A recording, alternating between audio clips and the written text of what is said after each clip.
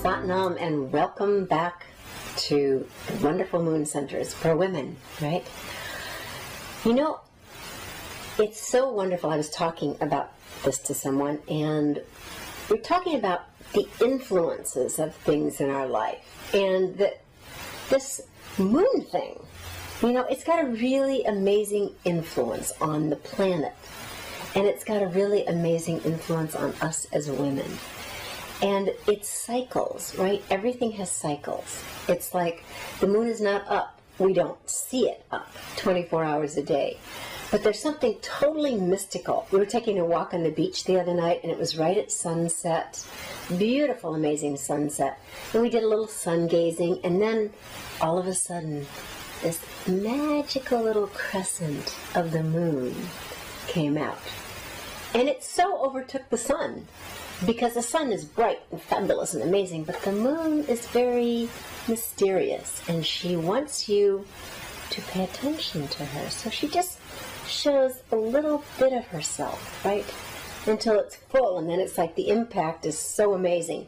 But it's just those little slivers, you know. The sun doesn't do that. The sun doesn't come up, a little bit of sun one day, a little bit of sun the next day. The whole thing comes out, whether we see it or not, depending on, you know, the clouds or the rain or the snow or whatever else. But the moon is very gradual in revealing herself, and it's very feminine, right? This is who we are. We don't usually just go, this is exactly who I am in every realm of my being in that. We just a little bit, and a little bit more, and a little bit more. So today we're going to talk about some of these things and how they reveal. And we're going to start out with your earlobes, okay? A really super sensitive place in your body is your earlobes. And there's this one exercise we're going to do, and I will tell you now, and I'm going to tell you that if you are pregnant or you think you might be pregnant, you're not going to do this exercise, okay? Because it's going to work on a pituitary point. And the whole thing with the Pitocin being secreted and that. But your earlobe is just, it's really delicate, it's really soft. Most people's earlobes are incredibly soft. And you can't walk up to somebody that you don't know and just start like touching their earlobes, unless you're a child, of course, and you know, children can do that. But the rest of us can't, because they're really, even though they show all the time, your earlobes are really private. You know, unless you really know, you have to really know somebody really well, either your child or your lover and that, to mess around with their earlobes. Think about it. They're very, even though they're exposed, they're very private. They're very, very private places. But you want to release a lot of tension from your body. Oh my God, I'm going to teach you this ear massage that is just the best. Okay, it's going to be hard to show it to you with the turban on, but you'll get it because I'll talk you through it. But let's talk about the earlobes and what they do and what happens when you're in that moon center of your earlobes, right? Because it is this very, it's like the mystery of the moon meets the mystery of these ears.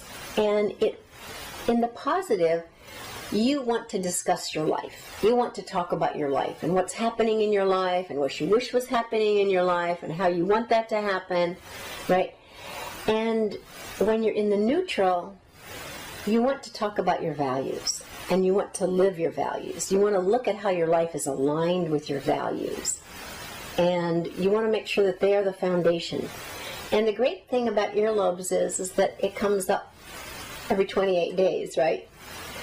Which means that in that cycle, it's a really good thing to reevaluate the connectivity between what you believe and what you know and how you're living. And when you're not in that, when you're in the really conflicted state, you tend to be very self-deprecating. Because what does self-deprecating really mean? It means that you feel really badly about how you're living your life. You feel badly about you inside of your life, and you feel badly about how that's being lived out. You know, and the truth of it is that we're all given so many things. How we live our life, whether it doesn't really matter if you're in prison or if you're the most liberated person on the planet. You still have to look at how you're living it within whatever the confines are that you have, because we're all confined. Look at these units that we're in. They're fabulous. I am totally grateful for my unit. We call it a body.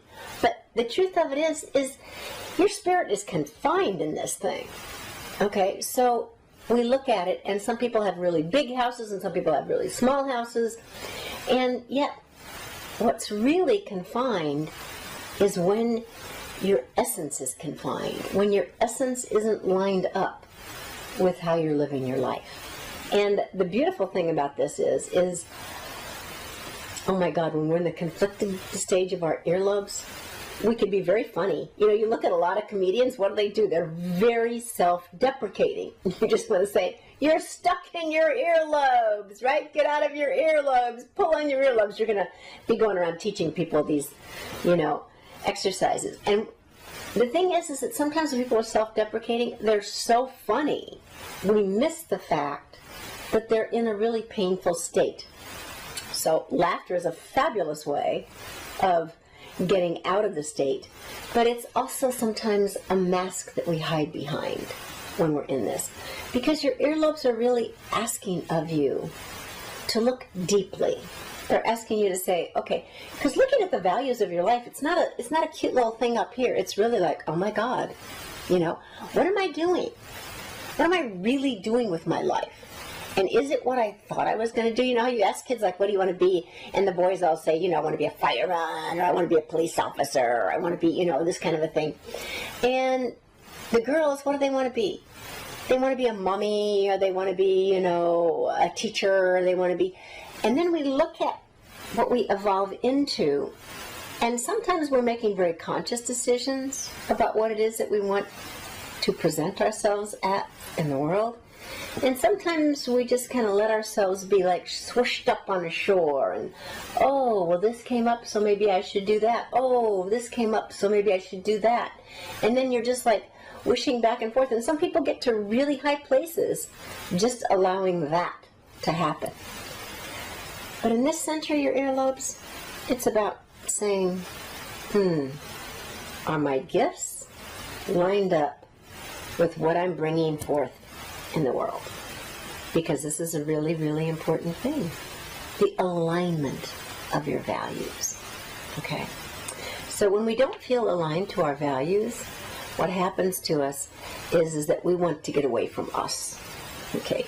And then, so what do we do with everybody else around us? Oh my God, we act in a way that makes everybody else also want to get away from us, okay?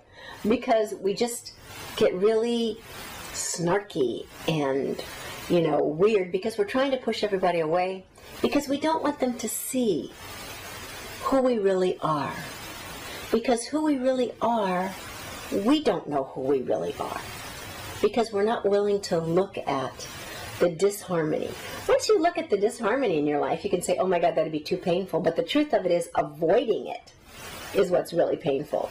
Getting into it and looking at like, oh my God, I'm really good at this and this and this and this, but I'm doing this, and I don't like doing this. Why am I doing this? Okay?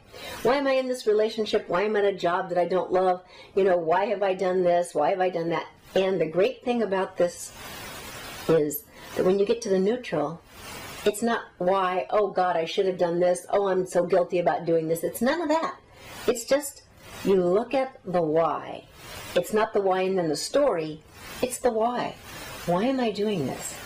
Is this aligned? Does this fit?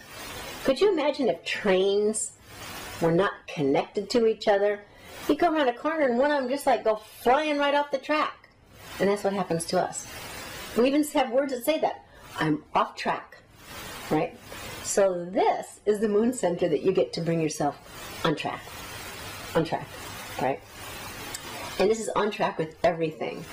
So let's take that wonderful thing called food, all right, and look at the tracking system of our food. And look at how on track you are with your food. We just sometimes don't realize that things that we eat that really affect us, okay? And again, I'm going to say, you know, if you have, you know, chronic fatigue, there's certain things that you should not eat. If you have, you know, candida or any kind of yeast infection, hopefully you know what not to eat. You know that you don't eat fruits, you don't eat sugars, you know, until you get rid of those things. You don't eat mushrooms, you don't, you know, there's things that you don't eat. And then there's a lot of things that you do want to be eating. You know, the brown rice, the quinoa, the, you know, lots and lots of vegetables. certain oils, all that kind of stuff. So for every dis-ease that's in your body, there's things that you want to eat and there's things you don't want to eat. And this is the beautiful place that you get to look at and see how aligned you are with what you want to do.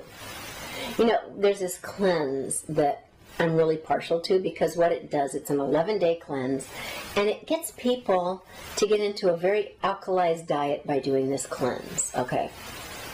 And the thing that you do is then for 40 days afterwards, there's a whole program that you can take the vitamins again, you know, for 40 days. Because in 40 days, you have that capacity to break old habits. 11 days isn't really a whole habit breaker, but it's an experience.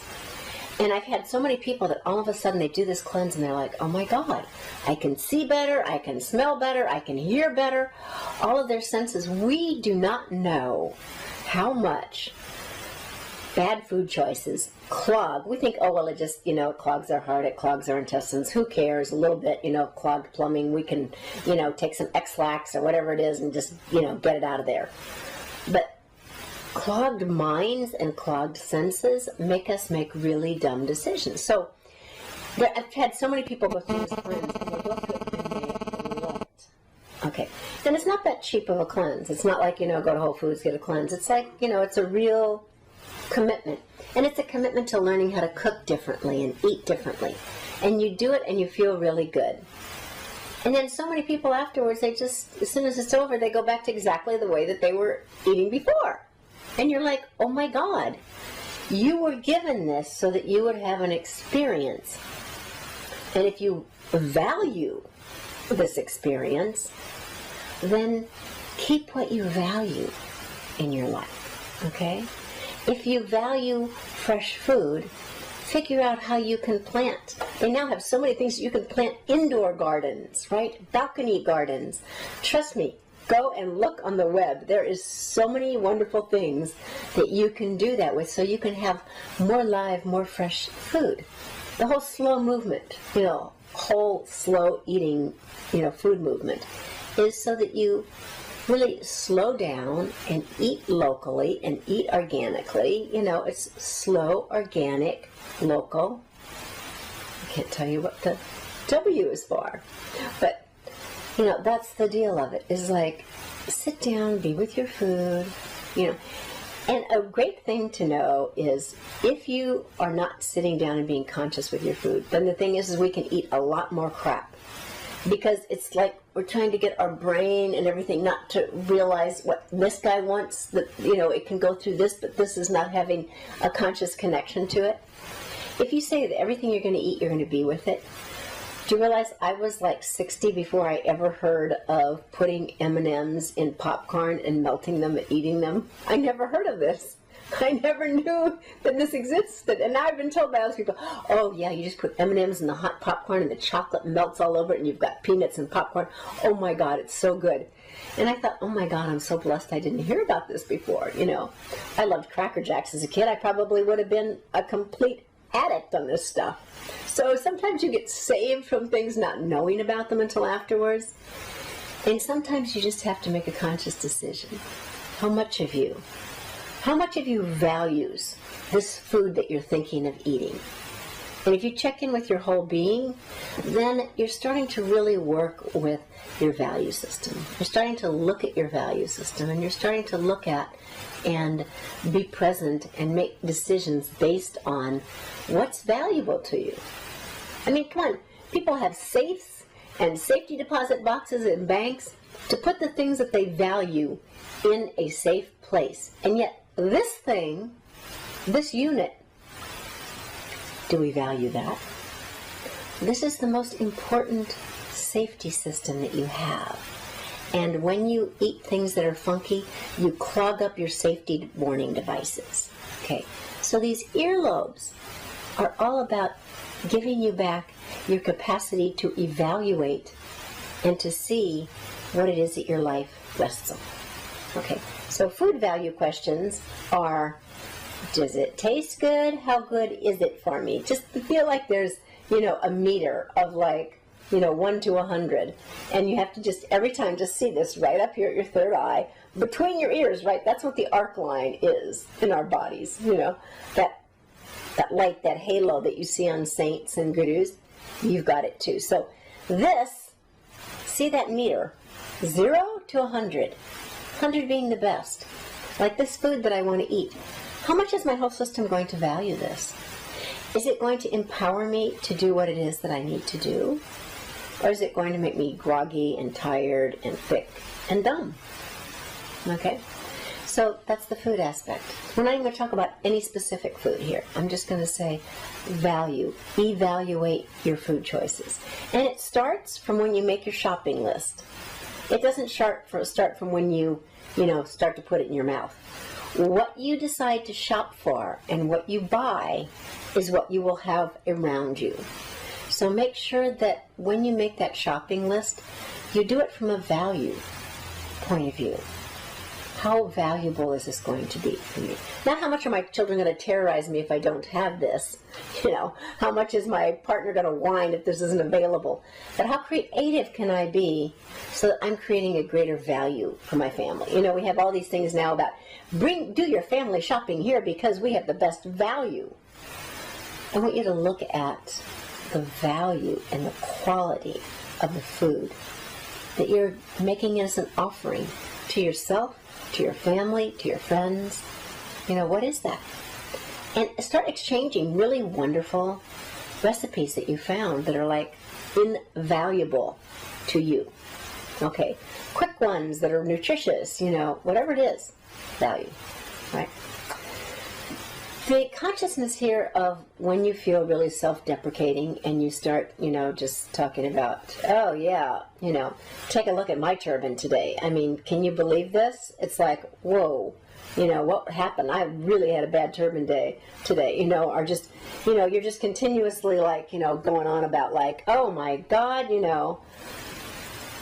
my child painted my nails is what it looks like, and just, we talk about ourselves in ways that other people may laugh with us, but afterwards they're going to kind of go, what's wrong with her?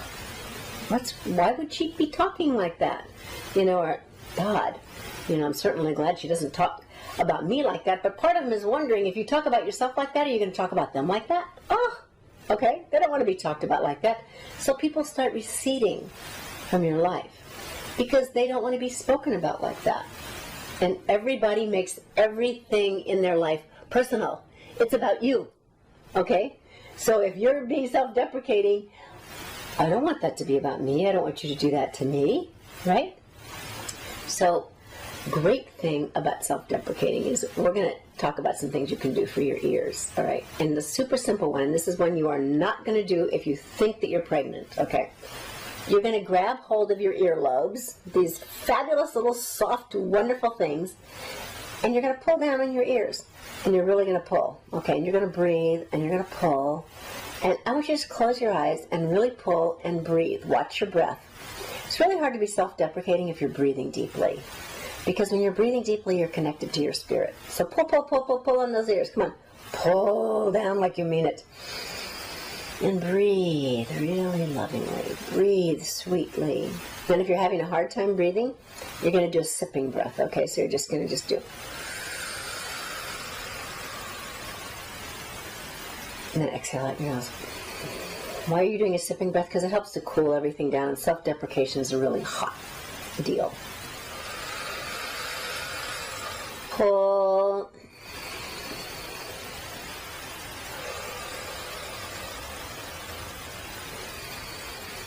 Come on, 5 more times. Pull, pull, pull, pull, pull, pull, pull. If you have earrings, you can take your earrings out.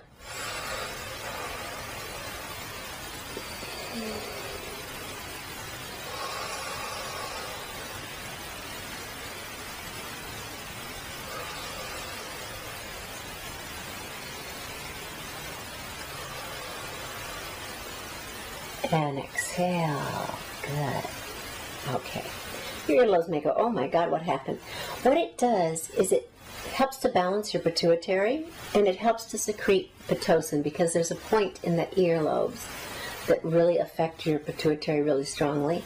And when your pituitary is on, then your intuition comes back to you. And your intuition has nothing to do with your self-deprecation. Okay? Intuition, self-deprecation. Self-deprecation 0, intuition 100. Okay? On your meter, that's the deal. Right?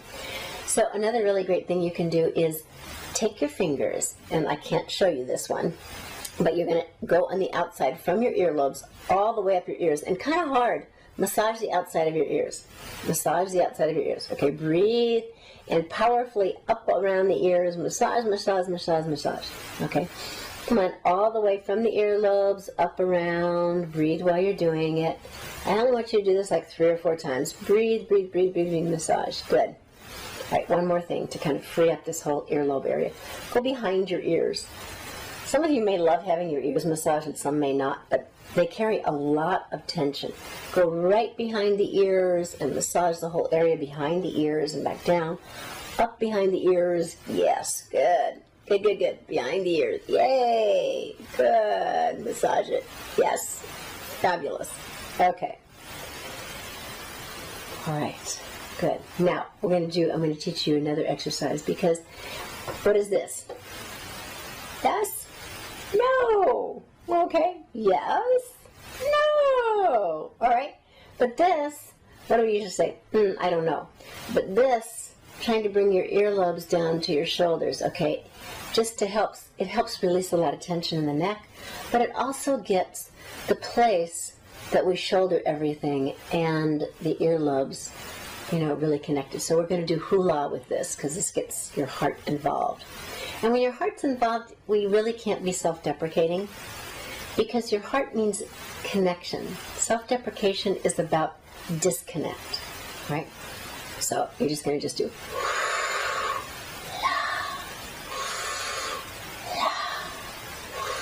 Don't worry if you hear some crackling and popping.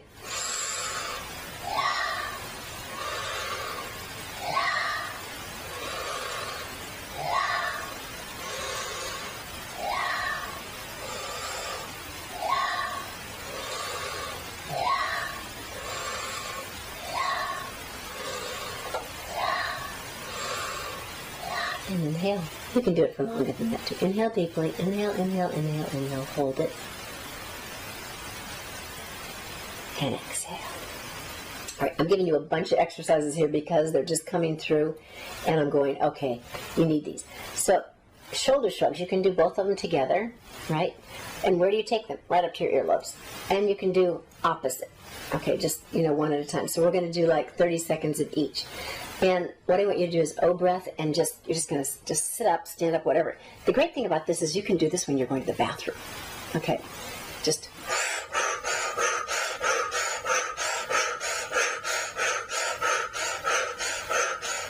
Now switch to alternate.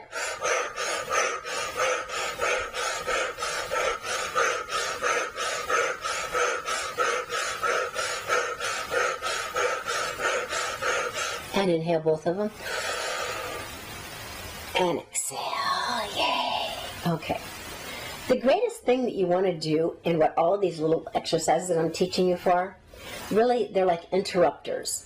So when you find yourself in the negative state of these, use these because what they do is they interrupt that flow in this state of your earlobes, that self-deprecating flow, because the gift of this center is so big.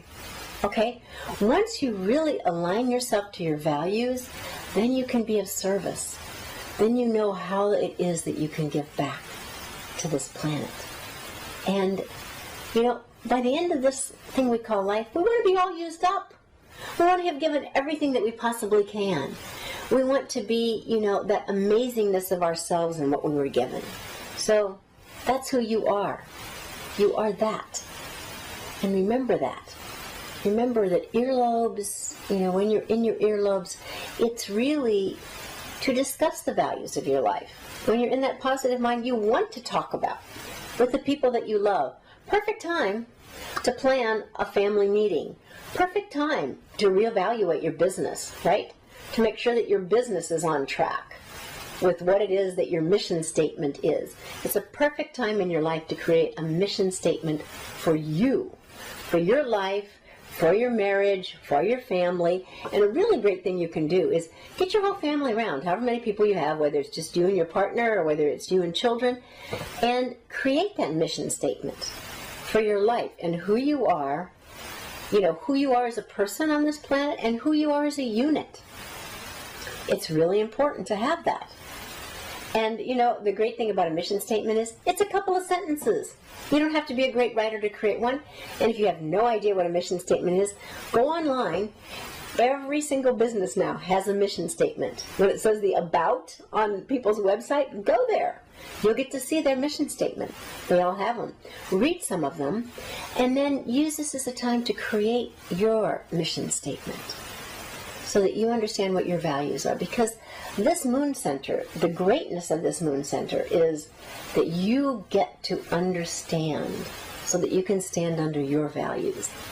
And why not spread it around? It's a great time to have, family reunions.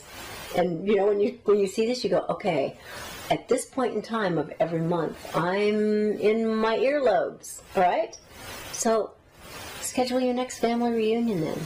Schedule your next big board meeting that you need to talk about, the values of your company at that time. If you have anything in your business where you can help schedule things, make sure it's when you're in your value, when you're in your earlobes, so that you can actually really participate in that and not just space out.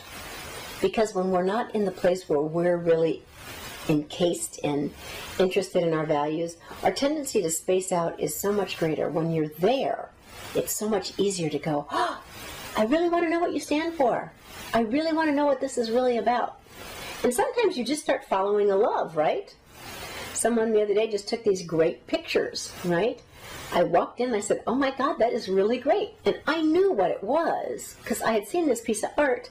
And I had always thought the piece of art was kind of like, sort of mediocre. The picture was better than the piece of art, okay? So the beauty is that sometimes you start just doing something you love and all of a sudden you find out you're really, really good at this.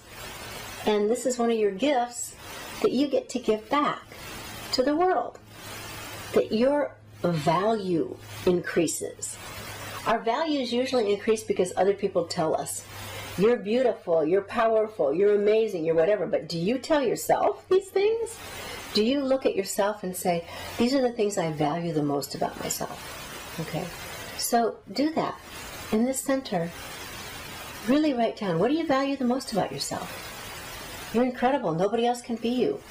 What do you value the most about you? It doesn't have to be a huge long list. If you have your top 5 things, that's the best. Then focus on those and go, these are the things I value the most. What can I do with that? It's like a recipe.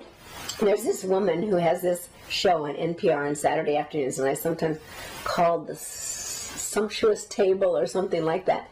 And she'll have people call in and tell her what they have in their fridge. Like what spices they have in their spice cabinet, what they have in their fridge. And she will, on the spot, make up a recipe for them out of that. And then the judges get to say if they think that that's, like an edible recipe or something that could be good, right? And people will call up and say, okay, I have shrimp and cardamom and plum sauce and, it's really crazy things. And she'll put these things together, right? That's what we are. We're this sumptuous table of us.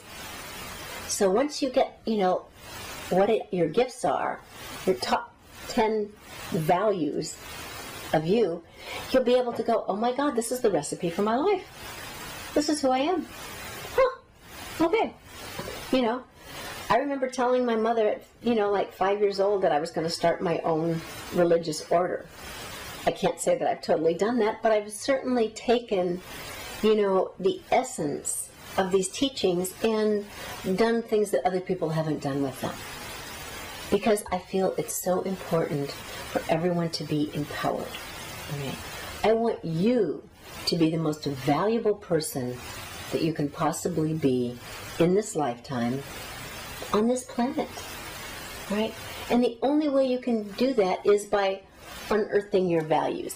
Dig. You can't see them right at the the first time because we spent so much time avoiding them. Dig down a little bit. and say, huh, look at this. Remember, all gems are not sitting on top of the ground. You don't usually find diamonds, even in the rough, sitting on top of the ground. You usually got to dig down for them. They're deeply hidden. You ever opened a geode? You know, you see this rock. It's really not all that cool looking. They're usually kind of round like this. When you break them open, there is this entire magical world inside of it that is so beautiful. It's incredible. That's you. Inside of this rock of whatever we've put around us to protect us this lifetime, and we start the protection process really early, there's these gems and jewels residing there that are connected to your spirit, to your essence. Unveil those. Unveil those. And as you start digging them out, you're going to really truly understand what you value deeply, what you're not willing to do or live or be without in your life. If we got all of this stuff that's around us taken away, and you were just you, in a desert, on a plain, wherever, what value would you have? What is it that you could give back? That's the beauty of when the moon is in these. It's really deep. It's really luscious. Just like these earlobes, you know. They're soft, but they're really powerful. And we love to hang gems on them and put fabulous things in them. Just remember, they have acupuncture points in them. So if you're going to wear those earrings, full carat diamonds, or take them out. Don't only leave them in there for a short period of time, so that you're not overdoing that acupuncture point, overstimulating it. Okay, earlobes. I want to hear from you about your earlobes and what you've done. Now we're going to move on to something really different than your earlobes, okay? Your nipples. This fabulous nipple to nipple, this arc line that women have goes nipple to nipple. And your nipples are really kind of just what you would think they would be, because our breasts are like the protectors of your heart. So when you're feeling very heart-centered, we tend to be in the neutral mind. I'm going to go backwards this time. Neutral mind, you're very compassionate. In the positive mind, you're overgiving. In the conflicted or challenged state, you feel like you have nothing to give. Nothing. I have nothing to give. What do we say? Hard-hearted. What does hard-hearted mean? It just means the heart's closed down and we can't feel, so we get disconnected. All right.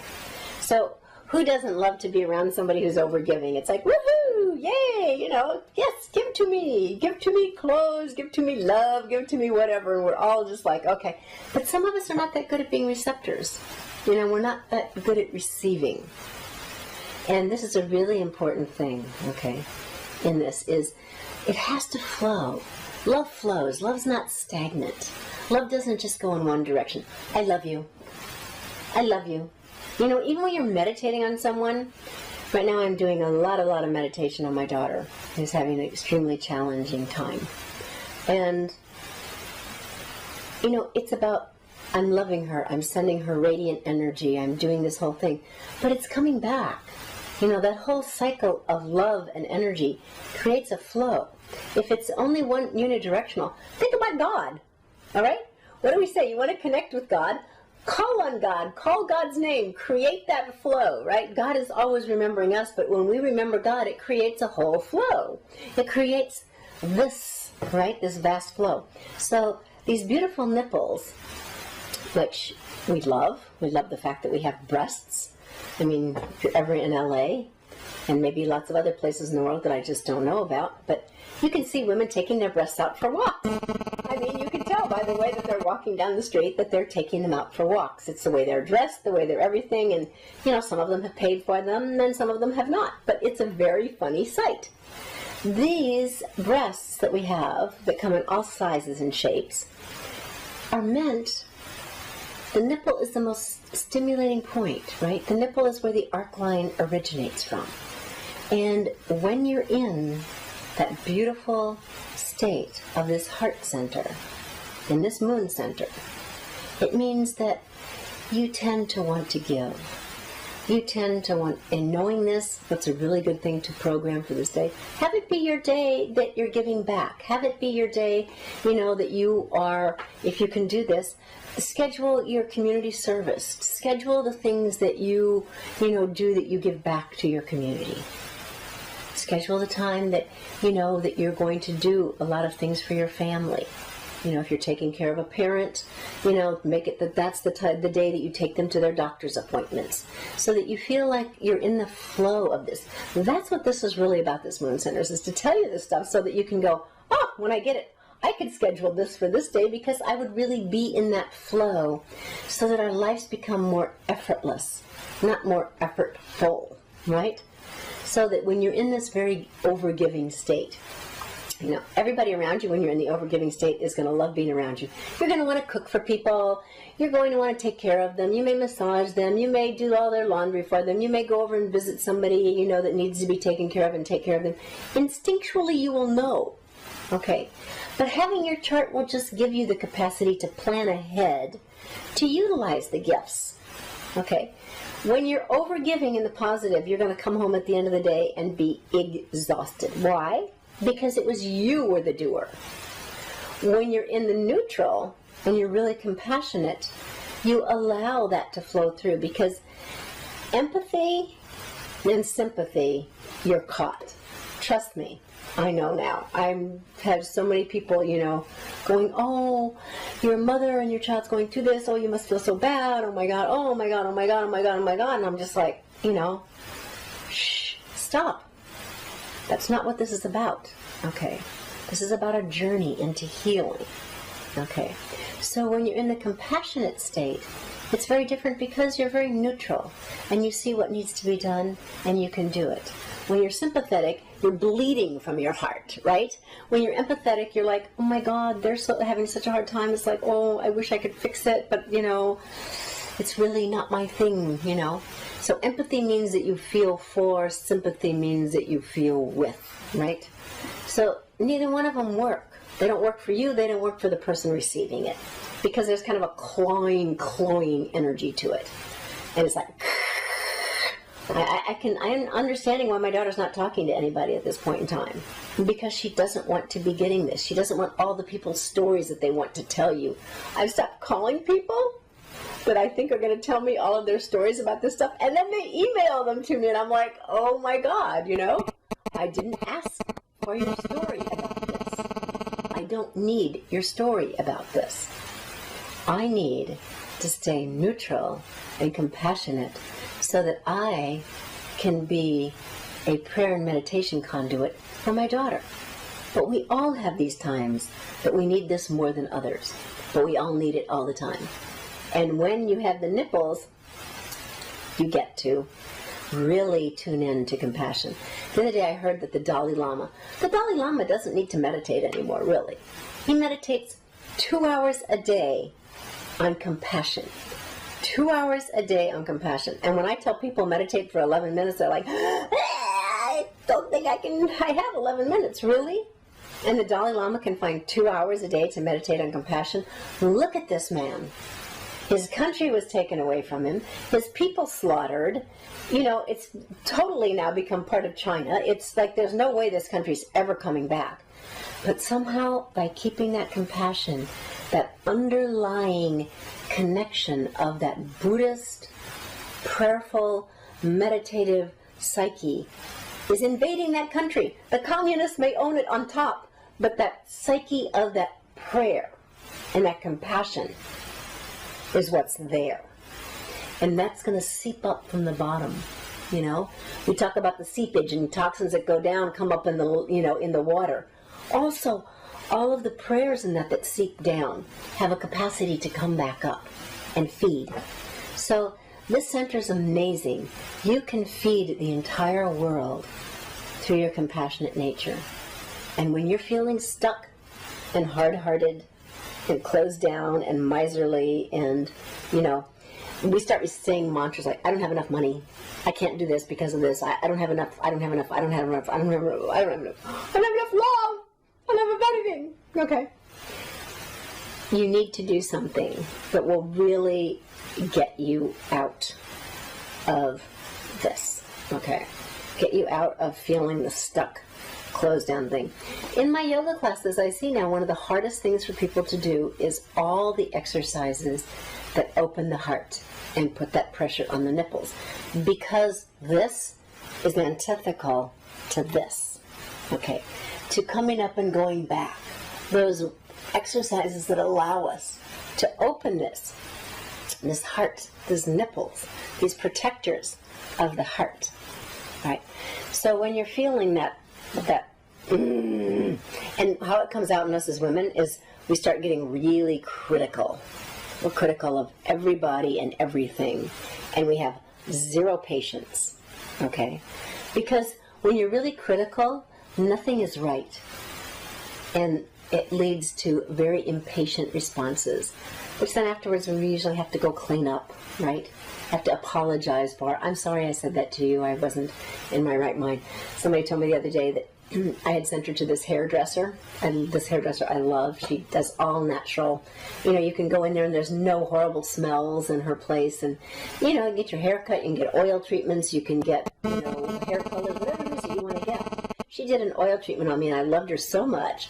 I sent her probably 10 people, and this one person said I went. But then I called her back, and I went crazy on her that I didn't like the color that she had done my hair.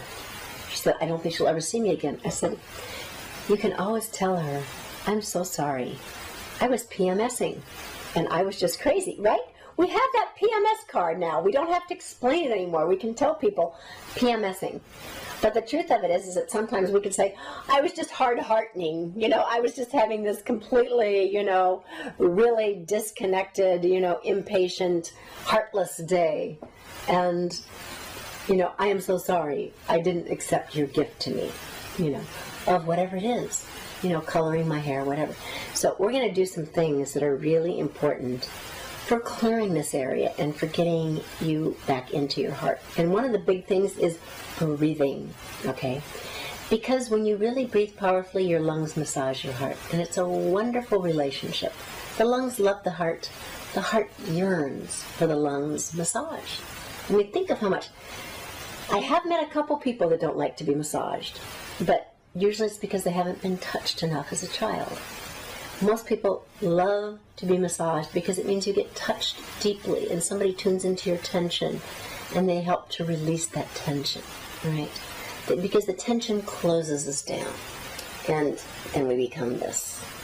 Right? You can almost hear the door, the squeaky door. So we're going to do some exercises that will really help with opening the heart.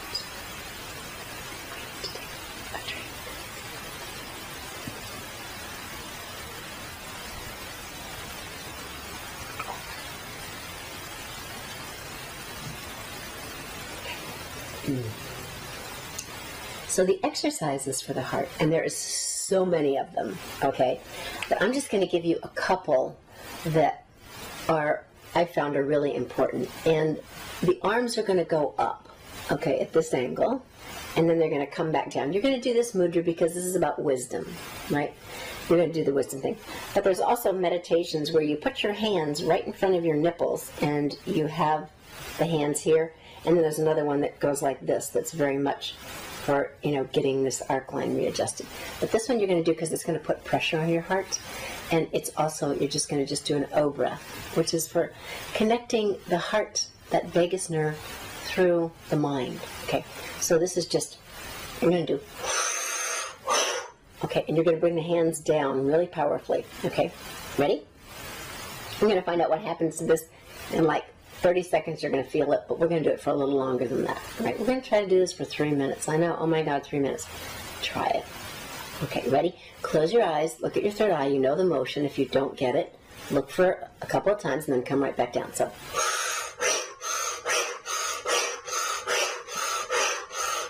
You're creating it at a 60-degree angle so that you're creating this V, that this energy is channeled right into your heart.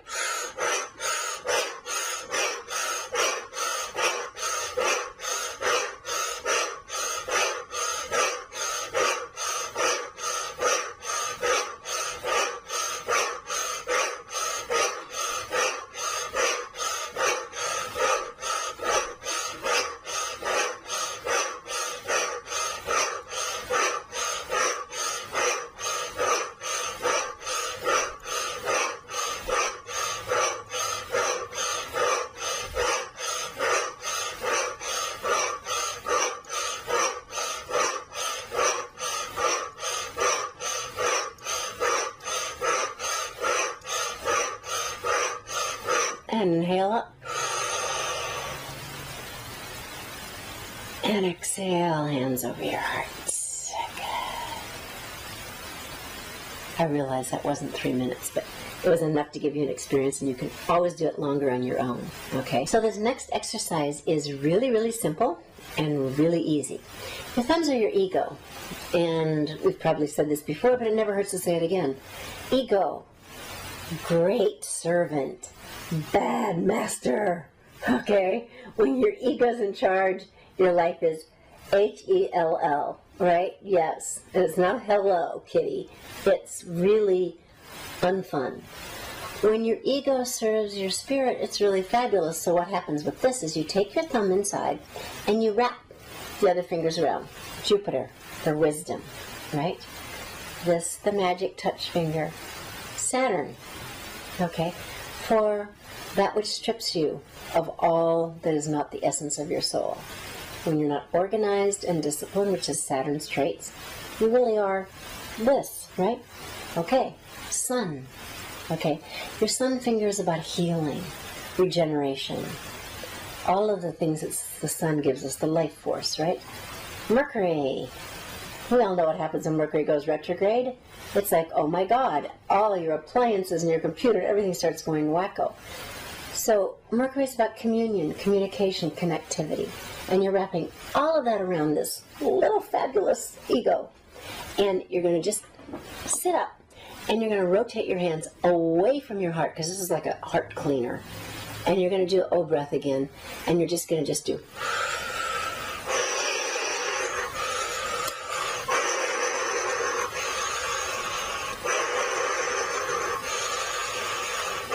Come on, powerfully, powerfully, clean that heart. Clean it out. Get all the debris of the past out of the heart. Out of that, you know, the nipples protect the heart, so here you go. Clear the heart and you'll feel connected again. Open the heart, you'll feel that you belong and that you can see yourself in everyone and everyone in you. Come on, come on, come on, come on. Fast, fast, fast, fast, fast.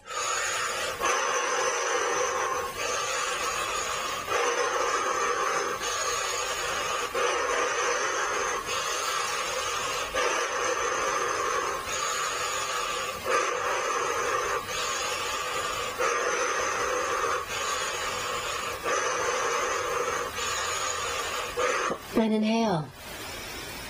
Press your tongue to the roof of the mouth. And exhale. Okay. This is really a good one when you just need to like release a situation that's keeping you in this disconnect state. What do we say? I am done. Yes. Okay. This is a little more extensive. You're just going to like, okay, so done with that. Just so done. 72,000 nerve endings in your hands. And you get to play with them all and stimulate them all and just feel like, okay, done, done, done, done, done, done, done. Come on, 30 more seconds. Powerfully, powerfully, powerfully. Get all those nerve endings stimulated and clear off this heart connection that these nipples protect. Think about your nipples. You know, do you love having them sucked on when you make love? Do you love nursing your child? I mean, they're very powerful things. Good. Now feel the energy in your hands and put that somewhere, not touching your body, but away from your body, and let that energy come into some place in your body that's feeling a little challenged at this moment. You know, if it's your heart, if it's that beautiful nipple connection, put it there. Just feel that these energy, you don't want to waste it. Put it somewhere And just close your eyes for a moment and just take that energy in. And realize that for 2 minutes of your life, if you dust your hands for a minute and you feel this energy for a minute, you can totally change it. Now breathe into that energy. Important. And exhale, hands over your heart. Okay. We're going to do one more thing. Okay. You're going to put your hands over these beautiful nipples with your fingers here, but they're not touching. Okay. And then you're just going to twist side to side. Just twist as far as you can. Good. You're going to inhale to your left. Let your head go with your body. Exhale to your right. And just keep doing it. Keep doing it. Feel those nipples. Your hands are over your nipples. They're beautiful. Usually the heart of your hands are touching your nipples, which is what you want to do. You're recirculating this energy. You're creating this beautiful arc from your heart back to your heart through your hands. Your hands are the connector of your heart. And you've got this right over your nipples. It'll keep you connected in.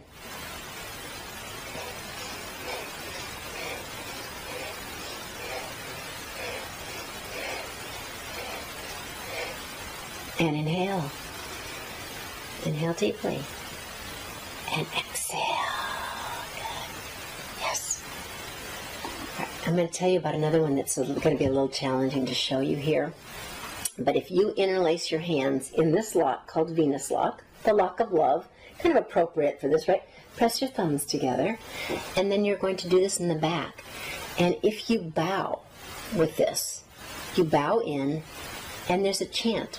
Om Sohung.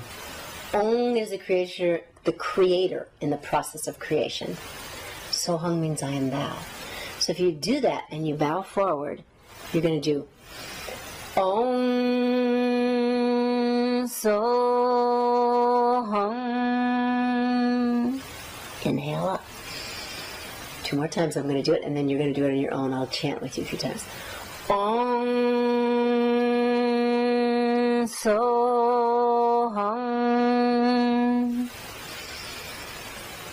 Om Sohung.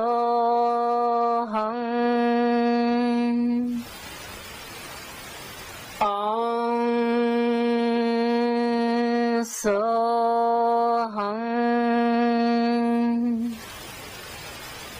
Om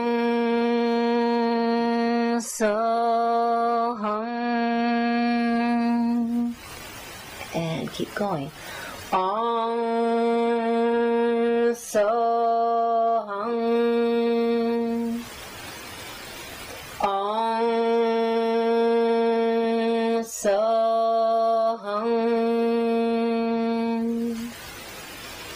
Om Sohung. And inhale up. And stretch. Grab opposite wrists and pull them towards the floor so you really get your shoulders on your back. You open it up. And exhale. Okay. I'm going to give you a chant. 2 of them. Super, super simple. Really good for this. Okay. Ma and hum. Okay. Hum is the heart center sound, and it will really vibrate this area. Because everything is about vibrations, right? We're talking about vibrations. We're talking about the vibration of the moon on certain areas of your body. Okay. And the vibration of a sound can totally adjust a center. Okay, so hum, hum, hum, hum, okay? So you're just gonna chant it and just let it come out your mouth. Super simple. As long as you have breath, you're gonna do it. Just hum.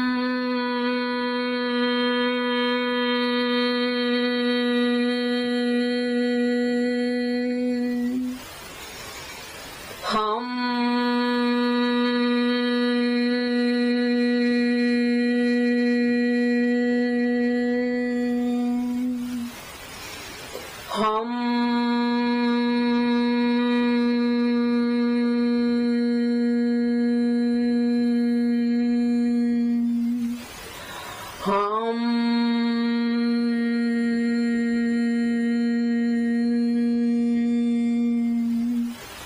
Hum.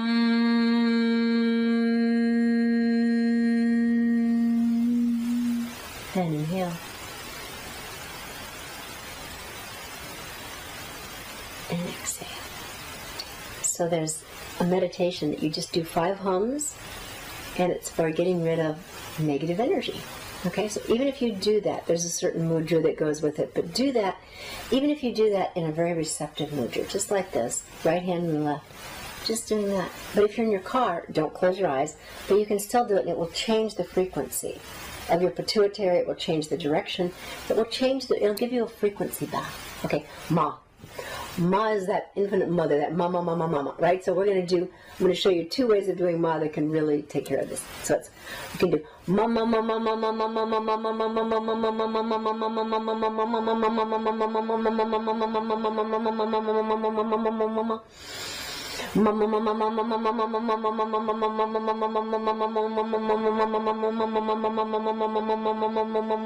mama. Close your eyes 2 more times. So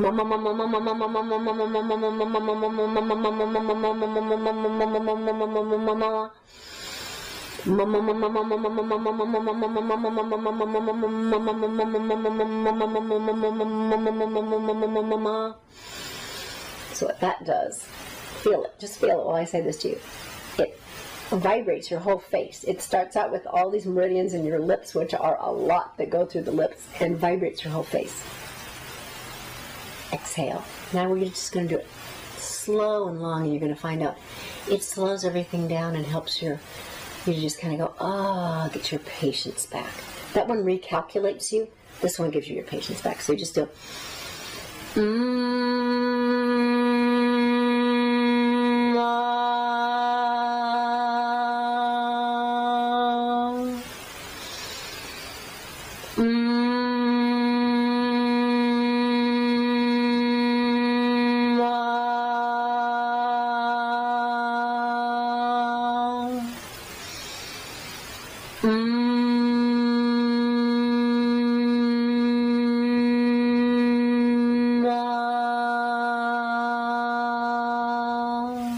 and inhale deeply. And exhale. If you actually start practicing, choose one of those sounds and you do it every day for 11 minutes, you're not going to get stuck in the challenged aspect of your nipples, because you will have this radiant vibration happening. Trust me. Don't trust me. Experience it. Do it. And you'll find, like, oh my God, it works for me. To unveil my real compassion and to make you the Mother Teresa of your domain. Not like her. You know, we do this thing that we hear something great, eat, pray, love. All these people decided that they would go, to Italy, and that they would go, to India, and that they would go to, Bali or Indonesia, wherever she went. And it's like, that was her journey. This one is, what is your journey? What is your journey of your compassionate journey? And how can you allow your compassion to lead you in your life? Because that's invaluable. All right? So, nipples, woo, get in touch with that passion that really is with. That's what come means, with. I'll be back with number 4.